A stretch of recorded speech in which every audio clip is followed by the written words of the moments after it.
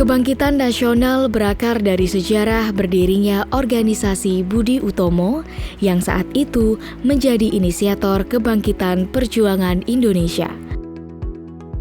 Hingga kini, kebangkitan nasional terus dirayakan setiap tahunnya dengan tema refleksi yang berbeda. Hari Kebangkitan Nasional 20 Mei 1908 diperingati dari munculnya Budi Utomo, organisasi Budi Utomo. Organisasi ini diyakini sebagai organisasi nasional pertama yang ada di Indonesia. Sebenarnya urgensi untuk merayakan adanya Budi Utomo ini bukan sekedar bahwa ini merupakan organisasi nasional pertama, tapi juga karena melihat bagaimana transisi perjuangan Indonesia, karena pada saat itu Indonesia sedang melawan penjajahan, dari pergerakannya sifatnya sporadis atau terpecah-pecah di berbagai daerah menjadi perjuangan yang sifatnya kesatuan. Kemerdekaan itu adalah hal sejati yang diperlukan oleh masyarakat kita pada masa itu, sekaligus memberikan pandangan bahwa Indonesia sudah lama berada dalam kekuasaan bangsa lain, dan itu yang tidak disadari secara kolektif atau komunal oleh masyarakat sebelum masa pergerakan nasional atau kebangkitan nasional. Dari kemunculan Budi Utomo tadi menunjukkan adanya empati dan simpati yang terbangun secara kolektif, karena kalau simpati dan empatinya muncul hanya dari 1-2 orang saja, itu tidak akan cukup untuk menggerakkan sebuah bangsa. Hari Kebangkitan Nasional itu semangat dari para pemuda Indonesia untuk bersatu, menjunjung tinggi tanah air, kemudian berdiri tegak di kaki sendiri untuk mandiri dan hidup sebagai bangsa yang besar. Untuk saat ini tentunya kita memaknai kebangkitan nasional itu berbeda dengan tempo dulu. Namun sayangnya, Hari Kebangkitan Nasional kini hanya dimeriahkan secara seremonial.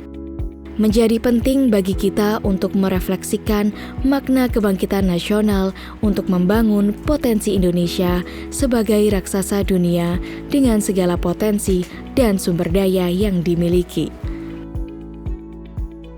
Hari ini ada banyak perubahan yang telah kita perhatikan. Masyarakat, khususnya para pemuda, sudah tidak lagi seperti pemuda di zaman itu, yaitu sekarang masyarakat sudah melek dunia digital. Kemudian masyarakat hari ini, khususnya pemuda, itu sudah mengenyam pendidikan lebih tinggi. Maka makna dari kebangkitan nasional bagi pemuda hari ini adalah bagaimana kita bersatu menjunjung tinggi nilai-nilai Pancasila, menjunjung tinggi semangat nasionalisme untuk menjadi bangsa yang besar. Seringkali kita terjebak dalam hal-hal seremonial, hanya sekedar peringatan Hari Kebangkitan Nasional atau peringatan-peringatan hari besar yang lain. Justru dengan semangat kebangkitan nasional, kita harus tergugah kembali. 20 Mei adalah tonggak besar kita bisa bebas dari penjajahan.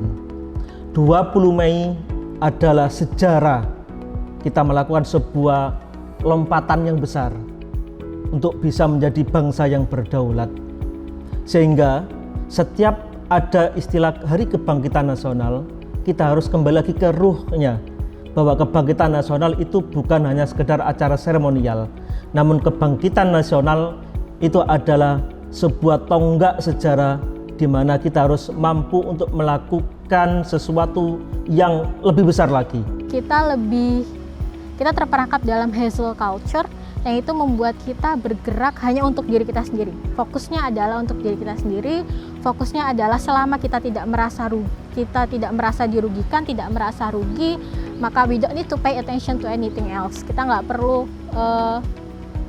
perlu memperhatikan yang lain, karena selama kita nggak rugi ya it's okay, berarti itu bukan concern buat kita. Nah, ini sangat bertolak belakang dengan cita-cita para founding fathers kita yang sudah menyatukan kita menggunakan kesamaan nasib, menyadarkan kita bahwa ada kondisi sosial yang harus diraih bersama, dalam satu lingkup masyarakat, maka itu yang harus dirubah dari kita, bahwa hal-hal sederhana yang kita pikir nggak ada kontribusinya untuk masyarakat itu ada.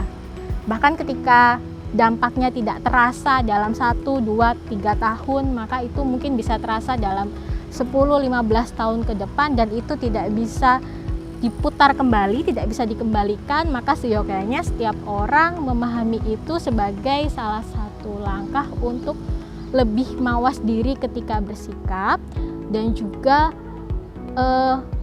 membuat big pictorial atau memotret sesuatu itu, melihat sesuatu secara besar, yang itu lingkupnya tidak hanya dirinya sendiri tapi juga lingkungannya. Hari Kebangkitan Nasional lebih dari sekadar sejarah yang mengakar kuat dan menjadi bagian perjuangan Indonesia, tetapi juga menjadi catatan penting bagi bangsa Indonesia dalam meraih kejayaan di masa depan.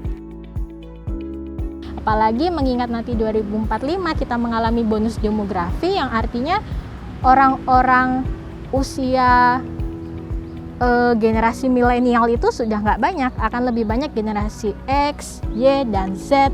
Dan itu kita generasi-generasi yang dibesarkan dengan culture yang sudah berbeda. Kalau kita tidak bisa memaknai Hari Kebangkitan Nasional, tidak bisa menarik makna bahwa perlu ada yang namanya simpati dan empati secara kolektif, itu kita akan terperangkap di situ lagi, dan akhirnya bonus demografi kita nggak akan memberikan manfaat apa-apa, karena setiap orangnya, setiap masyarakat produktifnya akhirnya lebih fokus pada diri sendiri, lebih condong pada achievement atau pencapaian diri sendiri, tapi tidak berusaha memberikan achievement dan kontribusi bagi masyarakat sekitarnya. Bonus demografi ini adalah sebagai kunci kelebihan bangsa Indonesia dibandingkan dengan bangsa yang lain. Namun dalam hal bonus demografi ini, ketika tidak kita kelola dengan baik, pertama adalah mindset tentang bahwa kita adalah bangsa besar, mindset bahwa kita adalah bangsa yang lebih unggul daripada bangsa-bangsa yang lain. Dengan jalan pendidikan, kemudian kita akan memiliki mindset sebagai bangsa yang besar, itu adalah sebagai titik awal agar di semua aspek ini nanti akan bisa berubah menjadi hal-hal yang positif bagi bangsa Indonesia. Jadi bonus demografi bukanlah sebuah hal yang negatif, tetapi justru akan memicu bangsa Indonesia menjadi bangsa yang lebih cepat dalam berubah. Jadi kata kuncinya adalah di sana. Jadi kebangkitan nasional sangat erat dengan bonus demografi. Bonus demografi akan bermanfaat ketika dikelola dengan baik dari aspek perubahan mindset melalui pendidikan kepada para pemuda, kepada anak-anak. Tentunya ini adalah melalui pendidikan formal maupun non formal ya.